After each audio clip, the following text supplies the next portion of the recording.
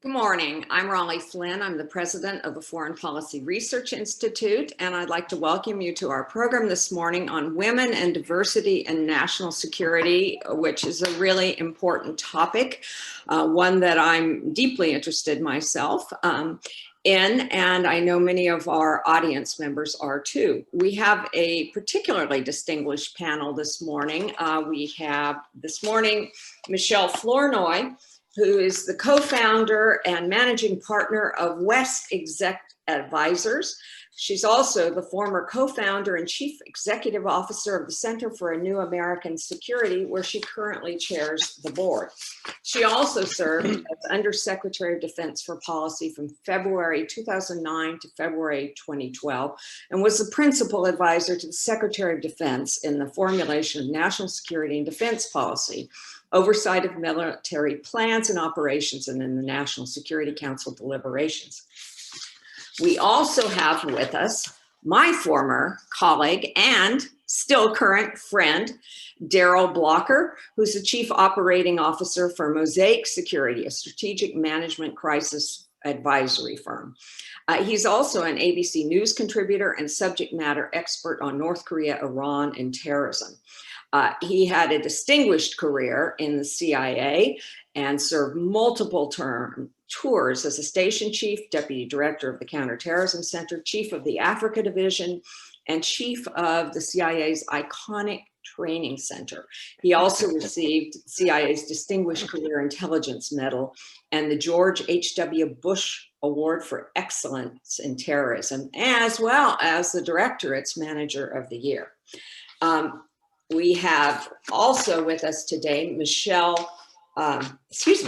Liza Mundy, who is a former staff writer for the Washington Post. She's the author of 4 books, including the best-selling Code Girls, The Untold Story of American Women Codebreakers of World War II.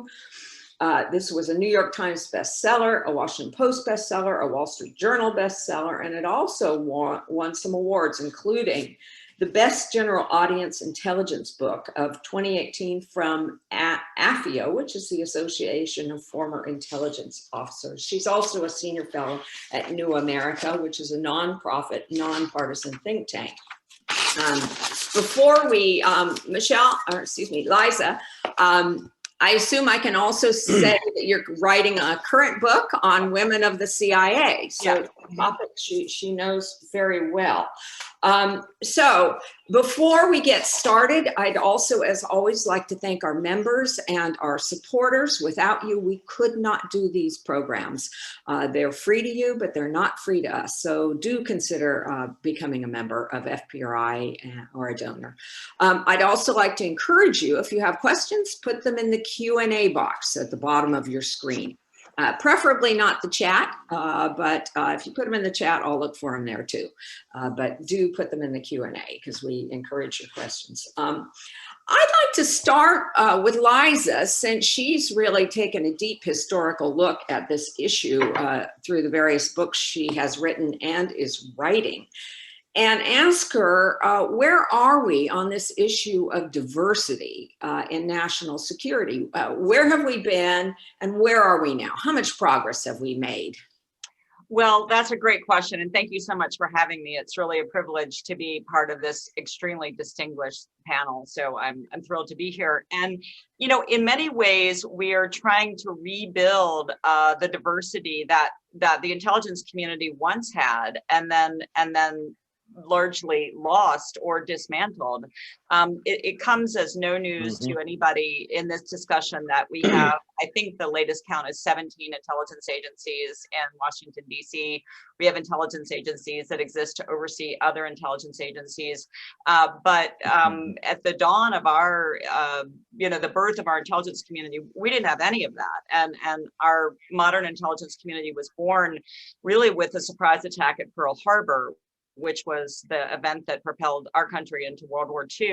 And it was a massive intelligence failure. And it, back then we had a couple of small intelligence bureaus associated with our military branches, but we didn't have the CIA, we didn't have the NSA, we didn't have Director of National Intelligence. And so all of a sudden with this shocking attack at the very place where our Pacific Fleet moored, our lack of intelligence abilities was made apparent at the very moment when we began sending our young men overseas, through both oceans, aircraft carriers in the Pacific, convoys in the Atlantic, and so we had to build our intelligence capabilities practically overnight. And in Code Girls, the story that I told was about the recruitment of 10,000 women to come to Washington to break German and Japanese codes and to lay the groundwork for what would become NSA. And similarly, the Office of Strategic Services was recruiting women as well to start building what would become the CIA.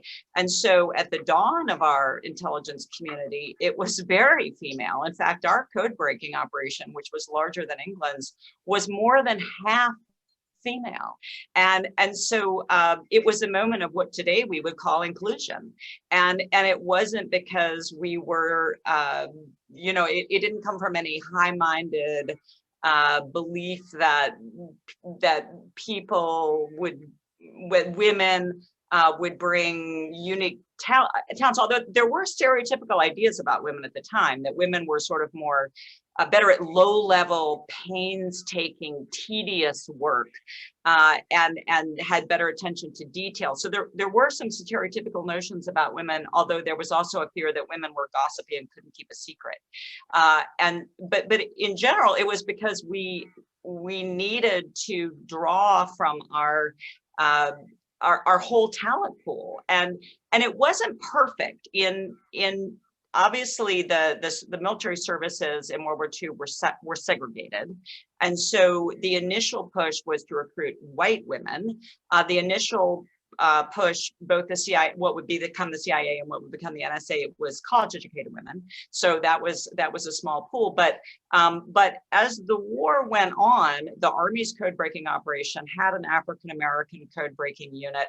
The Navy was always a little more very conservative about the people that it introduced. So there were these security concerns that maybe we'll discuss later. When the Navy was sounding out women's colleges in 1940, even before Pearl Harbor, knowing that it would need to build its code-breaking operations, it instructed deans and colleges of the Seven Sisters that it wanted young women who were of good family, who would be loyal, who were smart and persistent, but they didn't want Jewish women. They didn't want women whose families were from occupied countries. They didn't want Polish women. Anybody who they said in letters might be inclined to push the country into war. So, and then later when the waves, the women as accepted for voluntary emergency service was created, in 1945, African-American women were admitted into the waves, but the Navy's code-breaking unit would not admit African-American women. So it was not by any means a perfect moment of inclusion, but World War II was a moment when we drew on a much larger talent pool than we had been drawing from up until that point. And I think that the important point is that we won World War II.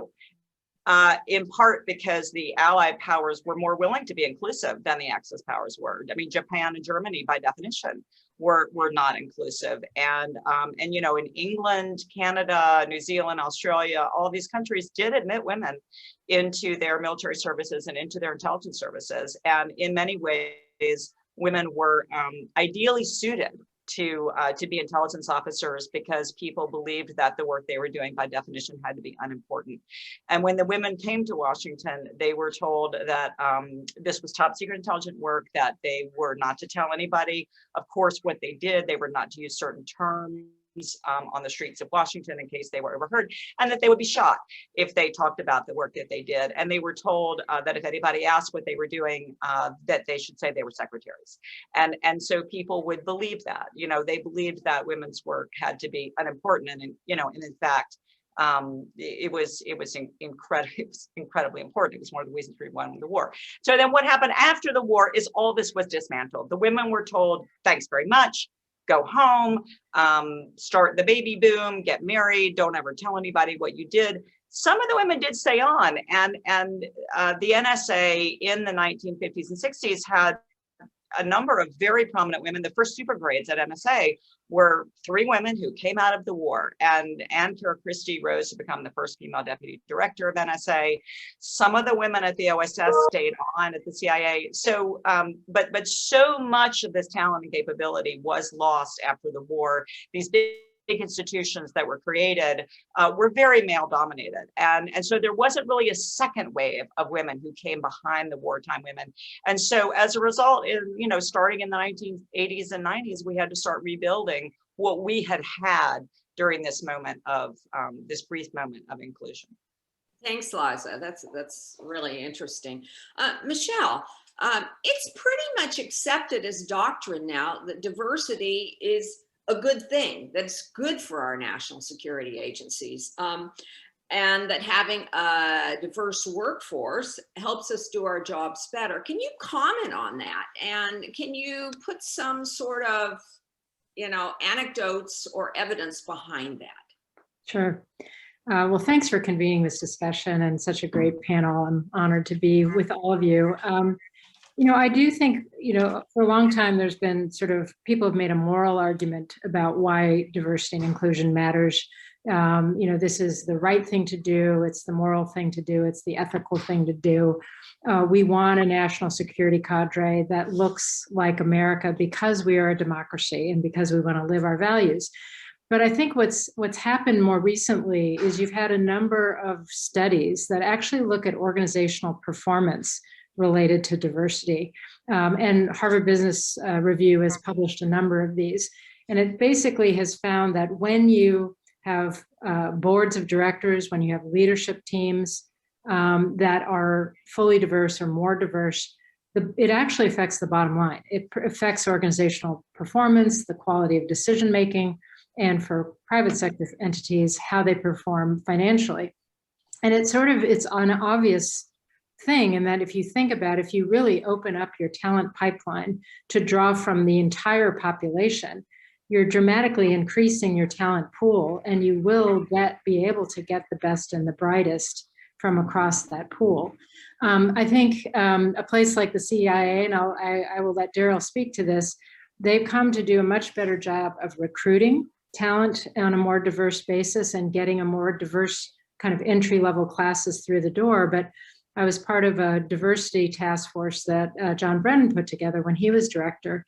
And what the question they were trying to answer is, we recruit a fairly diverse class each year, but somewhere along the way, 10, 15 years in, when those people are being considered for senior intelligence service, the pool has shrunk and it's predominantly white and predominantly male. So what is happening? What are the systemic barriers or obstacles that people are facing after they enter? So it could be lack of mentorship or sponsorship, implicit bias creeping into promotion decisions, not being given the same kind of opportunities for professional development and so forth. So I think you really have to look at this as a question of how do you continue, not just recruit, but continuously cultivate a pipeline that is fully diverse.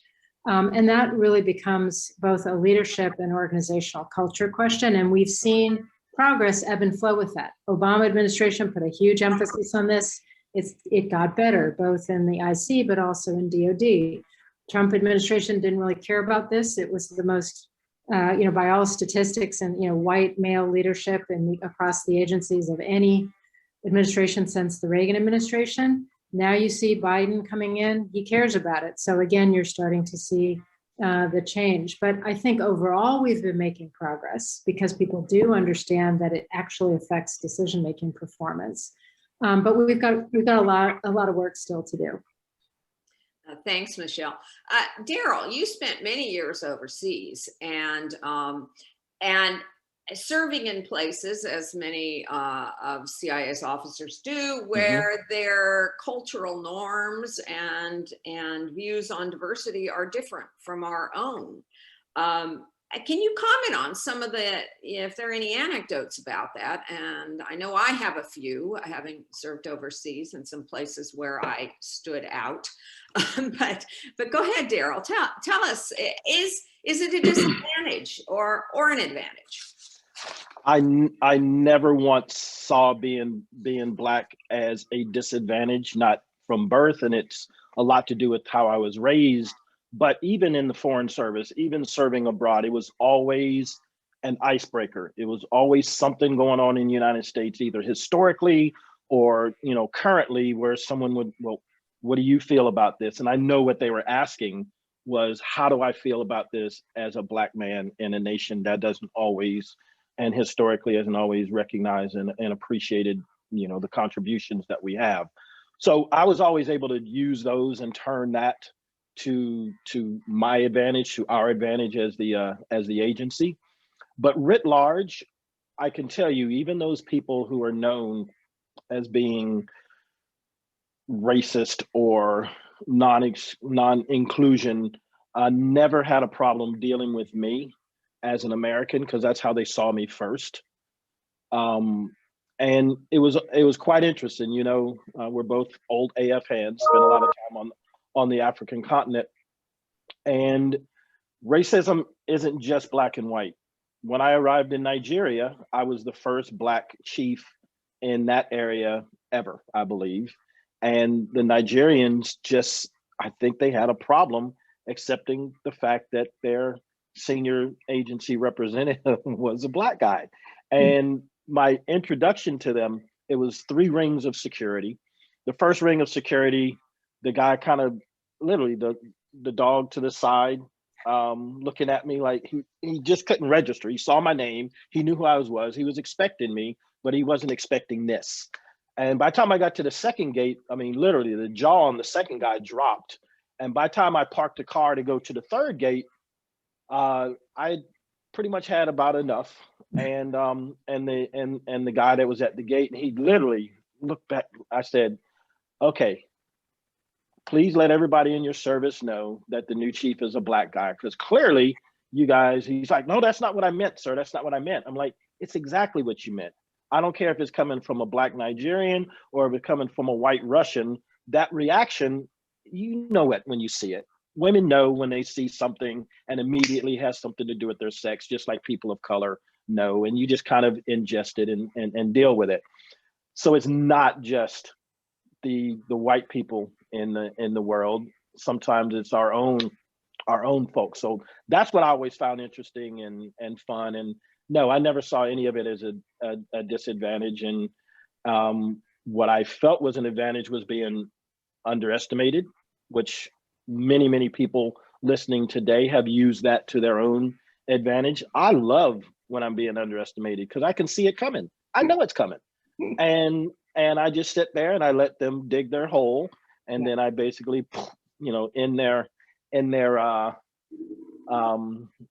belief that they were playing chess and I was playing checkers, and when it was really the other way around. That's great, Darrell. Well, I can add my own experiences to this as well. And as a woman working overseas in North Africa and Asia, similar, often it was a surprise, often underestimated, but often a distinct advantage in that I got meetings that some of my male counterparts didn't, because I was different, Absolutely. They get calls from, zillions of guys. They hardly ever get a call from a female chief of station. and I got the meeting. Right. The other thing, you can put 2 women on a park bench and they can sit there for 8 hours and nobody thinks they're doing anything nefarious. You put 2 guys sitting in a car or on a park bench, they're highly suspicious. So women doing CIA's business, I think, have a bit of an advantage in that we're not suspect. We can get away, I won't say with murder, but we can get away with a lot. Yes, I'm not murder. No. And if I could just add briefly to what Liza was saying, I was invited to speak to the inaugural EEO course that the agency put together in early 2010, 2011. And so I did a lot of research on Wild Bill Donovan. And what he did at the time was unprecedented.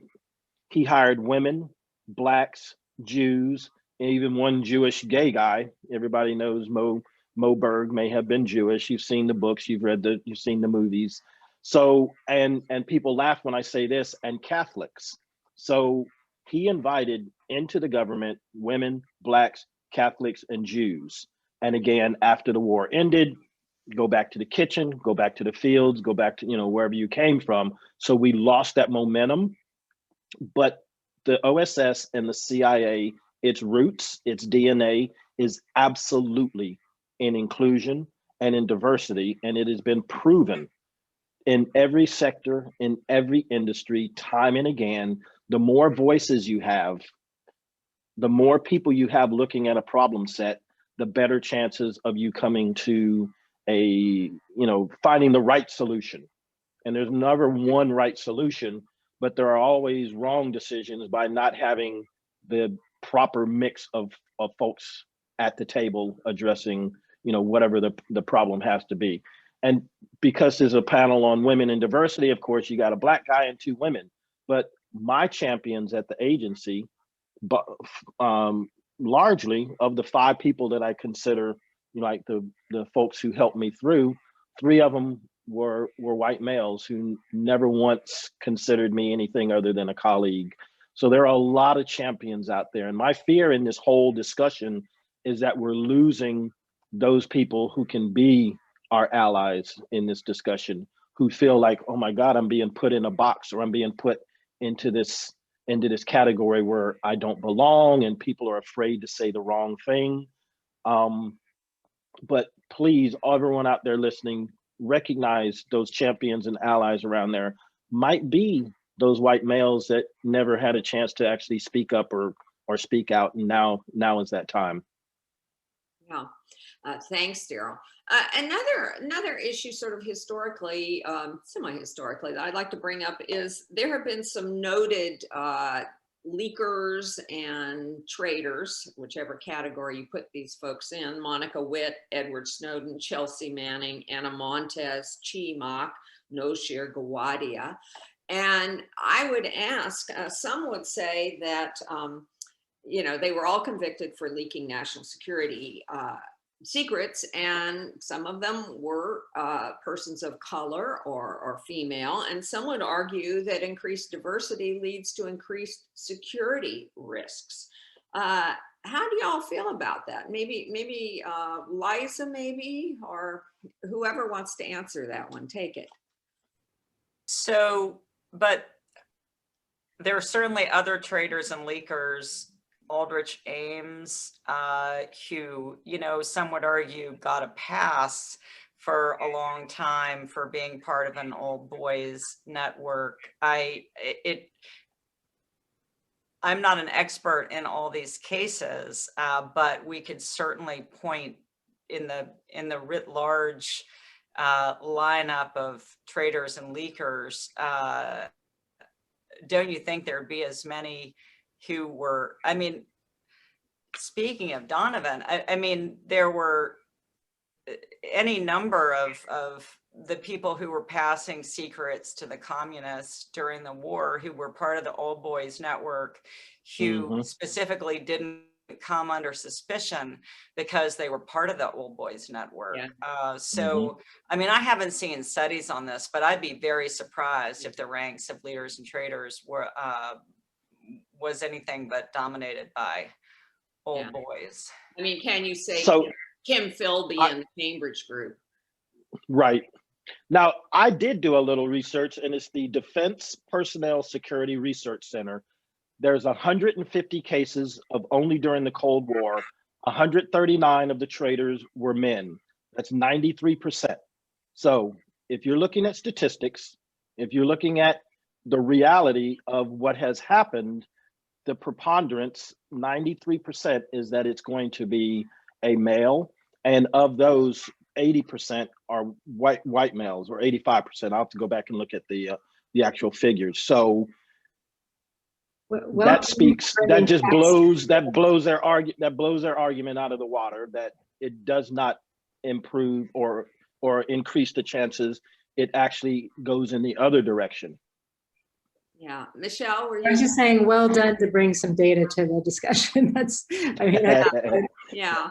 I just think anecdotally off the top of my head that the spies who did the big time damage, you know, Robert Hansen, Yes. Aldrich Ames, the Walkers, Right. Exactly. these were all white males. Right. And so it'd be interesting to look at the empirical data on this. So Walker did bring in his daughter. Walker did, Oh, well, okay. grab one of, no, I just, sadly. And Jim Nicholson, Father of the year. son. So, Right, fathers of the year. yeah, exactly. Let me go to something else. Let's talk about the what's going on with COVID and the impact on women and persons of color. And you know, one of the things we know is that the Great Recession of, you know, 28 to 2010 hit men harder than it did women. But there's some data around the fact that unemployment during COVID has hit women and persons of color, minority groups, harder. In part, that may have to do with childcare. It may have to do with they were in service jobs where you had to do them in person. But just anecdotally, could any of you comment on whether that has affected the national security sector and the impact of COVID? I would just start by saying, I think what the COVID experience has raised is the whole question of what does work look like going forward? You know, it used to be when in government, there was a very strong inflexibility. You know, work has to be done during certain hours in certain locations and so forth. And for some types of government work, particularly classified work, you know, understood, you know, where that came from. But I think what COVID has forced the government to reckon with is to sort of sort through the different kinds of works and ask the question, is there some of this we can allow people to do either at home or from a nearby location or what have you? Do they have to be in every day, all day? Do they have to be in the office all the time? Because the truth is they couldn't be, and the government found a way to keep functioning. And so I think there's a lot of lessons learned there. And I think it has helped push and accelerate some of the flexibility discussions that are really, really important to retention, particularly of women who are in, you know, having kids at a certain, in a period, to dads who want to be active parents and be participants in that process, and to people who may have, you know, sick relatives, parents, et cetera, and have some elder care, other responsibilities. So I think it's a really healthy discussion now that we have a lot more of an experience base instead of kind of addressing it ideologically or theoretically. Now we actually have the experience of the last year and a half to draw from to see what can work. Sometimes what can work even better. I mean, I'm on the board of a number of companies, and in some cases they saw productivity go up when they allowed people to be more flexible. So I think it's a really, this period right now, figuring out how we're going to go back to work and what have we learned and how can we attract and retain more diverse talent and make it more productive. You know, I think there's a lot of opportunity to change some of our thinking, including in the national security space. Yeah, that's really interesting. Liza or Darrell, any comment on that? Long-term impact of COVID? I mean, it will be interesting to see how much, you know, whether we just bounce back to the old way of doing things or whether there really are institutional changes that happen. I think we're all sort of waiting to see that in our own lives, right? Are we just going to go back to what we were doing 15 months ago? Or are there some permanent behavior pattern changes that that have taken place during the past year? And I think it's an open question, but it's interesting to me because as Raleigh said, I'm trying to research and report a book on women at the CIA, and I've been able to do that a fair amount through phone conversations and some in-person meetings. Thank you, Raleigh, for helping it. And and yet I haven't been able to get on the campuses of these agencies yet, and there have been, still a lot of constraints, and a lot of archives are still closed.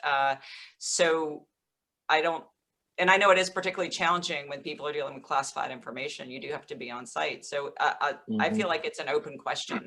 How much, the things that I wonder about also in terms of long-term changes, it's only recently that federal workers have gotten maternity and paternity leave, federally recognized. And that's just incredible to me. And so how much will that help? How much will that change things? How much is family, our family constraints and the constraints of doing overseas work and having a trailing spouse still in place? One of the things that in interviewing case officers who came in, say during the 1960s, female case officers, 1960s and 70s, they were explicitly told, you really can't have kids and do this work. Whereas men who went overseas were expected to have a wife who would assist them with their work. Women were really expected to be single.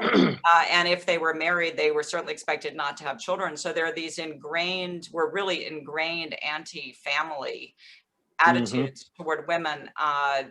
And I don't have a sense yet of whether that's completely been solved, actually. An anecdote, I remember this would have been in the early 1990s. There were a group of us female case officers, and we did sort of a quick informal poll, and we found that among the women case officers in the CIA, there was a total of, I forget, it was some incredibly small number, 6 children. Right. And they didn't have children. They might have married, but they didn't have children. I was one of the rare ones. I had 2 kids. But let me throw something else out that to me was a little problematic. And this would have been in the 90s and 2000s. One of my tasks was to go around and find women to fill chief of station positions. At the CIA, we had a lot of unfilled COS positions, chief of station positions, or only men bid on them. And really, in the Directorate of Operations, the route to the top is to have field management. It's really kind of the coin of the realm to get ahead. And I would make calls around to women and encourage them to apply for these jobs, and they would not. And usually it was work-life balance. They had husbands who didn't want to travel overseas, or spouses who didn't want to go overseas, or it just wasn't good for their personal situation. And is that still the case? Darrell, you're more recent than I am. Is that still a problem to get women to take those jobs? It is still a problem. So when Doug Wise and I arrived as the dean and deputy dean of the spy school, John Bennett's first day as the DDO was our first day at the schoolhouse. He invested in the schoolhouse by showing up, meeting with the instructors, by meeting with the new students, and by sending a message to the 7th floor and the rest of the building: training matters. And out of that came my exposure to the entire, I saw the big picture, so to speak, for maybe the first time. And I had come from being a station chief and deputy and chief of base and all those other things. So I had field experience. And I only bring this up because at this time that I was there, between 2010 13, the agency was going through its Me Too kind of issue. And I was brought into discussions and became one of the few male members of the DO Women's Council. And the way it was told to me is like, listen, this is a leadership issue. This is not a gender issue. This is not a binary male female issue. This has to do with leadership. Either you have it or you don't. And so I went on to champion and work with HRS to identify those officers in the 13 to 15 realm, Black women, people of color, and say, listen, we need to make sure that they're having the right they're taking the right jobs. And so when Doug left and I fleeted up, I had to find a deputy. 5 guys bid on it, no women. So I reached out to the DO Women's Council and said, listen, here is an absolutely perfect job. I don't need someone who mirrored my career. I need someone who is the yin to the yang of what I did. So I reached out to one of my favorite people in the world, and she had been the chief reports for 3 different divisions. She knew how Washington worked, and I really, really didn't. And I said, Eileen, I really, really want you to bid on this job. And she did. And between the 2 of us, we were able to start reaching out and finding women to go into these deputy jobs or chief of base jobs and kind of work your way up. It's scary being I would not have wanted to be a station chief for the first time as a manager. And that's what we were asking of a lot of people. So going in and doing the baby steps, taking the ladders was good, but the problems still exist. Being the head of Africa, there's always a place or 2 that is just difficult to fill. So my default was always to look at the women first because they weren't typically going to be considered, and found some of the most amazing bosses who did really, really well, not just operationally, but on the important part, taking care of its people, which at the end of the day is what human is about. It's about caring for and taking care of your people and not just your assets and your agents. So yes, the problems still exist, but I don't think this generation of people are going to put up with what the women in the 60s and the 70s and the 80s put up with, including yourself, Raleigh. And they are taking their maternity leave. I know men who are taking paternity leave. I think it's all for the good, and there's no turning back. We're not going back.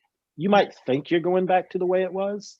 It's simply not going to happen, because the brick and mortar side of who we are, businesses are saying, maybe we don't need to have a building. Maybe we do need to let these people work outside of their homes. And this is something John Bennett talked about 10 years ago.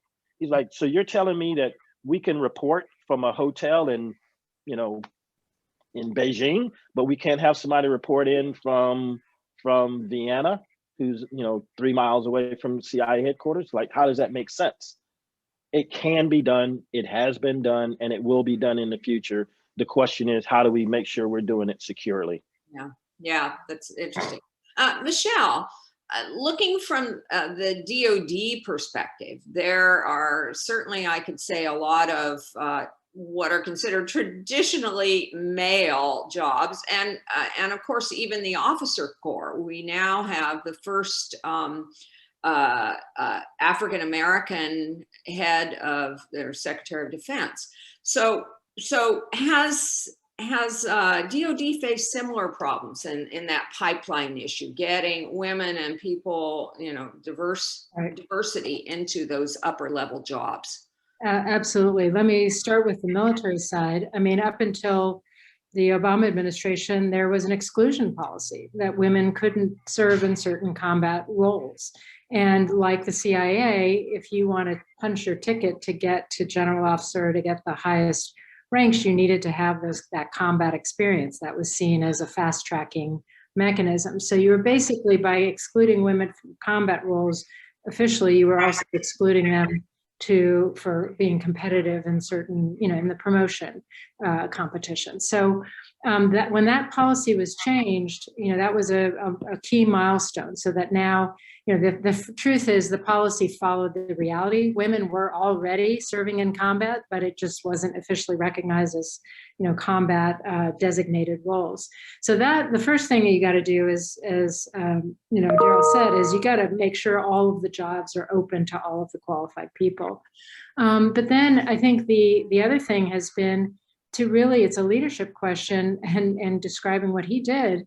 You got to make sure that when you have slates that are open, and this is on military and civilian side, you insist on having a diverse slate of candidates. One of the things that I thought the Obama White House did that was so powerful and helped the cause of diversity, inclusion, and leadership was they just wouldn't even consider an assistant secretary slate or an undersecretary slate or a deputy secretary slate unless it had qualified, diverse candidates, women, people of color, etc. And lo and behold, guess what? When you find those people and you take a look at them, they get some of the jobs, right? And so your cohort becomes more diverse. So I think there's been progress. You know, when you look today, we have, you know, Kath Hicks as the Deputy Secretary at DoD, highest ranking woman ever confirmed in the Pentagon. She was an intern back when I, you know, first had my first job. She was a presidential management intern. Same thing for Christine Wormuth, who's just been nominated to be the first female Secretary of the Army. So it's taken 25, 30 years to take that young talent, entry-level talent, and grow them into women who are competitive at the highest levels. And I have seen a lot of progress there. I don't think we're done by any stretch of the imagination, but you find women, qualified women, seriously competitive, qualified women on every slate at every level now on the civilian side of DoD. The same cannot be said of people of color. We have not invested in cultivating that talent pipeline from the start and moving people through mid-career and giving them mentoring and sponsorship and opportunity and professional development and opportunity. So we are years behind in other types of diversity when it comes to the civilian side of defense. And in the military, while they may have been one of the early institutions historically to diversify or to, you know, become open to people of all backgrounds, there's still a lot of career tracking. You know, they're like, you know, if you look at a service like the Marine Corps, almost, I don't know that they've ever had a Black general officer in combat arms. They've only had them in like areas like logistics or support. So there's been a certain career tracking going on that needs to be addressed. And same for women. You're just starting to get, you know, the first women who can compete to be combatant commanders or vice chiefs or service chiefs and so forth. So these things take time. It takes years to grow leaders. And so it's going to take some time for the efforts to, you know, fully bear fruit. But so I would say progress, but boy, we have a lot of work still to do. Yeah. Liza, you've talked to a lot of women who are at the CIA or are at the CIA. Do you have any interesting anecdotes or themes that you've seen in those interviews that might illuminate this? Yeah, I mean, it has been, as I said, it's been so interesting to talk to women who got started in the, you know, in the 60s and 70s at a time when attitudes and discrimination were really so explicit, you know, and they were explicitly told, not a good idea to get married or not a good idea to have kids, and the battles that, you know, that had to be the lawsuits, you know, the class action lawsuit. I think all the intelligence agencies, like many of the media organizations, had class action lawsuits in the 80s and 90s that were really necessary to get women even close to being on an equal playing field. And in more recent conversations, the topic of career tracking still seems to be something that is a pervasive organizational problem of, you know, women being put onto certain career tracks. You know, I've spent a lot of time talking to women who were at the CIA, say in the 90s, and the certain career paths that that women have been pushed into, that that in some cases meant that the women were in place actually during the period of counterterrorism and after 9/11, during the hunt for bin Laden. You know, women had been sort of pushed into this targeting role that turned out to be crucially important during the hunt for bin Laden and other al-Qaeda leaders. So I'm trying to do more reporting on that, or more research on that. But you know, in some cases, the career tracking meant that women who had been maybe not in the more prestigious positions actually found themselves in really crucially important positions at a certain crucial time, if that's helpful. That's interesting. One observation I would have, and I wouldn't I don't know if it still goes on, but I saw it a lot in my career in the 90s and 2000s. And that's, you get women up to a certain level, and maybe even in the operations fields as chiefs of station. And then when it's time to fill those big operational jobs like division chiefs or the ADDO, the Associate Deputy Director for Operations, or the DDO, the Deputy Director for Operations, they don't get those jobs. They do now. Right. We do have 2 women, but rather they get put up in a high level. They're on the directors, direct reports, but they're in HR or they're in congressional affairs, and they're really staff jobs. They're staff support jobs. Right. Michèle and Darrell, is that kind of stuff still happening? So just quickly, what I saw in working with the DO Women's Council is that if you have the job advertisement, a guy might have 2 or maybe 3 of the qualifications that they say you need to have in order to apply, and they would apply anyway. But if women didn't have all 5, they wouldn't. And so my explanation and my guidance to them was, don't self-limit. If you see a job that you think, okay, I got 3 of the 5 and I don't know who else is going to bid, then bid. But if you get the job, you have to take it. Because I had a couple of those people who bid on jobs. Oh, I didn't think I was going to get it. Now I don't want it. I'm like, no, that's not how this works. If you bid on it, that means you're available, that you're interested, and then they chose you. There is no other option. You have to take the job. And so guys are more inclined to apply for something, even if they only have 1 or 2. Whereas women, if they have 4, they're struggling with, applying. I'm like, no, don't struggle. You're only competing against yourself if you don't put yourself out there. And you never know what you're going to get until you actually step out of that comfort zone. And you're being judged. That's, in our business, we're being judged all the time by the asset sitting across from us, by our bosses, by Washington, by the other services. So being judged should not be your Achilles heel. And those people are typically weeded out by the time you get up to the top. So have that thick skin, put yourself out there. And if you don't get the job, that's not the problem, because now they've heard, now they know that you're interested in it. Now that another job comes up and they say, oh, Michèle or Liza, they bid on this job, they didn't get it, but we got something else. Maybe we'll go to them. So you have to be in the conversation. If you're not in the conversation, then there's no hope for you to get to those positions. Can I just jump in? What Gerald just did was a great example of mentorship and maybe even sponsorship, where you're really trying to pull, someone into the process to say, no, you can compete. One of the things that, has been studied and is found is that oftentimes people take what I call the mini-me approach to mentoring or sponsoring. Like, I'm going to find someone who reminds me of my younger self, and I'm going to help them along in my career, just like my mentor or sponsor helped me.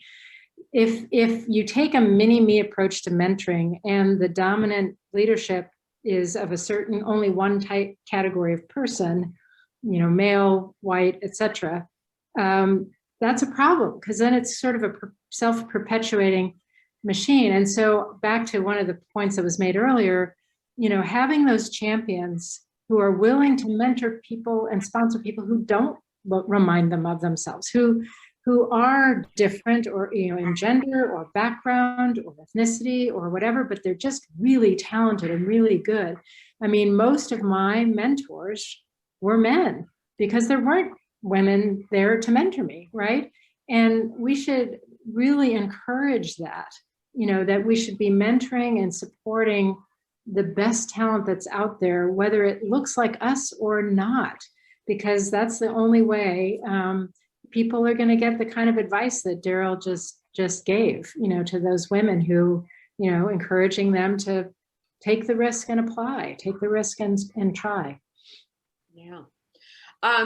We have a question talking about, given all the violence women are experiencing in the military, sexual, physical assault, etc., are there any precautions taken consciously to protect women and minorities at the beginning or throughout their careers? And I would expand that beyond the military as well.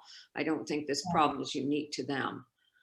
Yeah, so I mean, it's a great question. This is a serious, serious problem that after almost a decade of effort really hasn't gotten better. Some of the data suggests it's actually gotten worse. And one of the things that I hope to see from the leadership team of Secretary Austin and Deputy Secretary Hicks is a serious effort to go after this problem. I think it's actually going to require some larger systemic changes because it's having a very profound effect on the experience of women in the force and their retention, but also recruitment. I'll just share one small anecdote. My son graduated from the Naval Academy, and the one like standing ovation line where all the parents stood up and clapped wildly was when then Acting Secretary of Defense, he said, "We must end this now, and it's going to stop on your watch. And as young leaders going to the fleet, you are going to create the leadership climate where this is not allowed." And the parents stood up and roared, because I think a lot of families, coaches, they're advising young women to wait. Like, this is, until they fix this problem, don't go in. And that has become a real problem in terms of recruiting. So this is something that has to be fixed institutionally. I think there's some really important initiatives, like appointing professional prosecutors to manage these cases rather than leaving it in the chain of command.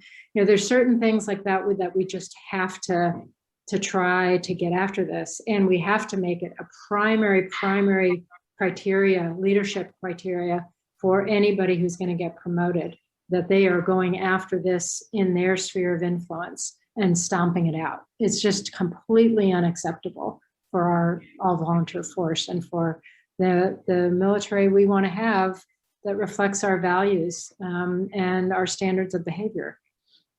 Thank you.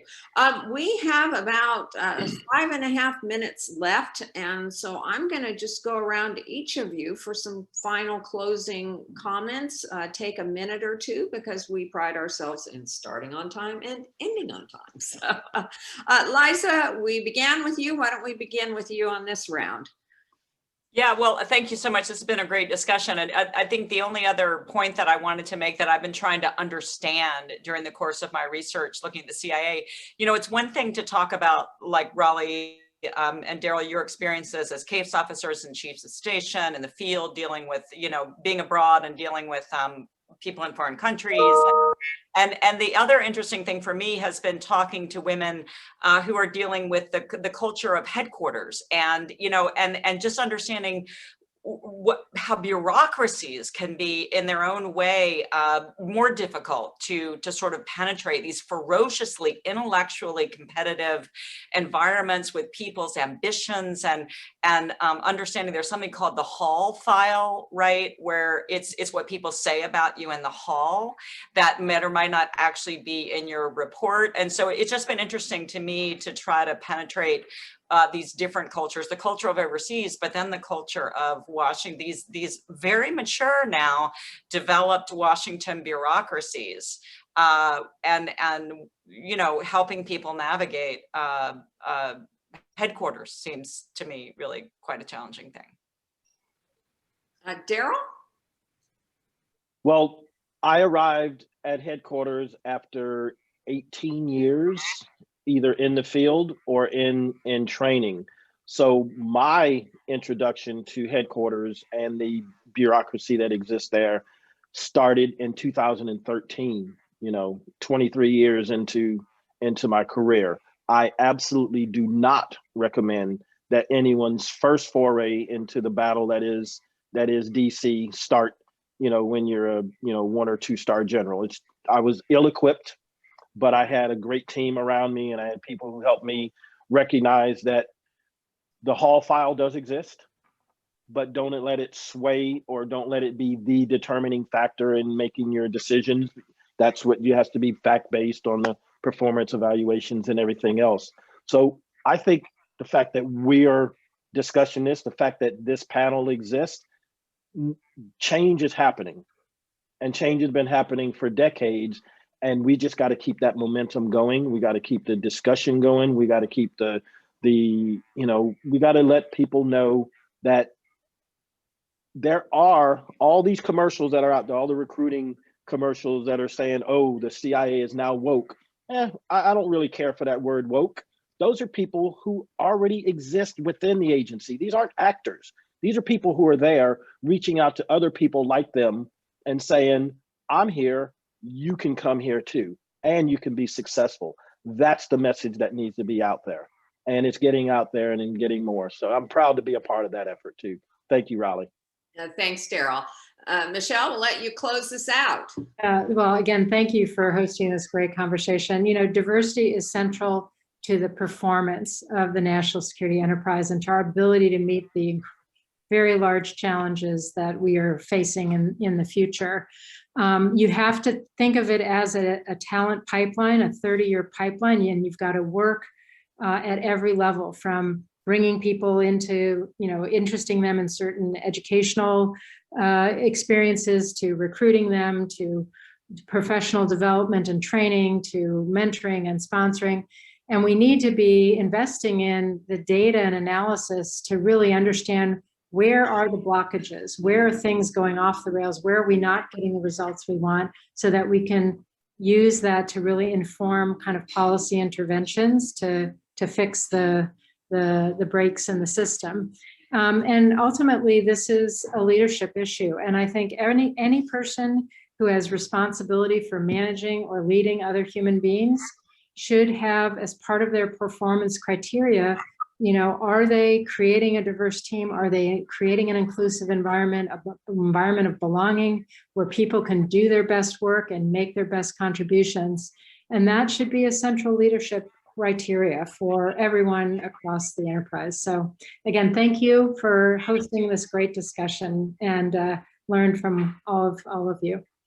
Well, thank you, Liza, Darrell, and Michèle. I thought it was a great discussion, and appreciate you taking the time and sharing generously your thoughts and ideas on this. Before we close out, I'd just like to do a reminder. On Monday, May 24th, from 9 to 1, we'll be featuring Clint Watts, our distinguished senior fellow, Clint Watts, talking about the fight against digital disinformation. So please consider tuning in for that. Thank you again to all, and thank you to our members and supporters. Hope to see you online, www.fpri.org. Have a great day and stay safe. Bye-bye.